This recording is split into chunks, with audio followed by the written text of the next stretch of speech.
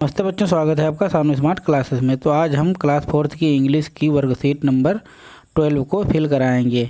तो लिखा है read the sentences, put A tick if the action is safe and cross if the action is unsafe. इसकी हिंदी हो गई, वाक्यों को पढ़िए और जो गलत काम है उसके सामने गलत का निशान और जो अच्छे काम हैं या सुरक्षित कार्य हैं उनके सामने सही का टिक लगाना है। तो जैसे पहला लिखा है running after the kite on the road. सड़क पर पतंग के पीछे दौड़ना चाहिए। ये अच्छा काम है या गलत काम है? तो ये गलत काम है, इसलिए रॉन्ग हो गया। Crossing the road when the green lights is on. Road को हमें पार करना चाहिए जब हरी बत्तियां जल रही हों। तो ये गलत ही माना जाएगा, क्योंकि उस समय वाहन बहुत ज़ोर से चल रहे होंगे, उस समय रोड हम नहीं पार करेंगे। रोड पार करना होगा तो हम जेब्रा क्रॉसिंग से ही पार करेंगे।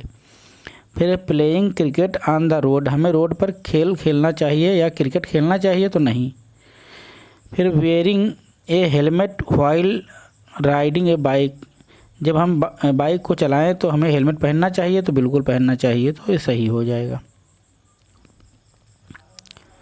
फिर है listening to music while crossing the road. हमें म्यूजिक को या संगीत को सुनना चाहिए जब हम रोड पार कर रहे हों? तो नहीं। Crossing the road only at zebra crossing. Road हमेशा जेब्रा क्रॉसिंग से ही पार करनी चाहिए, तो ये बिल्कुल सही है। लिखा है look around your classroom and white for countable nouns and for uncountable nouns.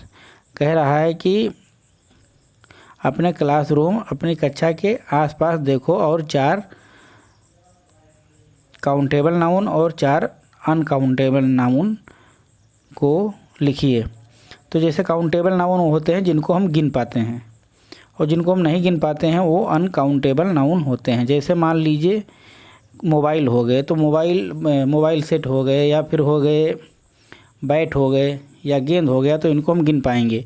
लेकिन अब जैसे कोई कहे कि पानी, तो पानी को हम नहीं गिन पाएंगे ना, तो इसलिए वो अनकाउंटेबल हो जाएगा, और जिसको हम गिन पाएंगे वो काउंटेबल हो जाएगा। तो देखो काउंटेबल में हमारे क्लासरूम के आसपास क्या होता है, बुक्स होती हैं, किताब, फिर पेन होते हैं, चेयर माने कुर्सी होती हैं, और पेंसिल्स होती हैं। ये सब चीज़ों को हम गिन पाएंगे, इसलिए काउंटेबल नाउन है।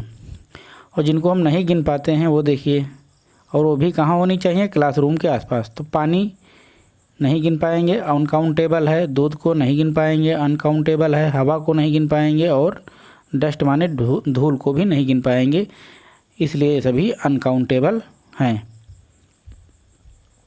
तो इस तरह से मैंने वर्कशीट नंबर 12 को भी फिल करा दिया। आप लोग फिल कर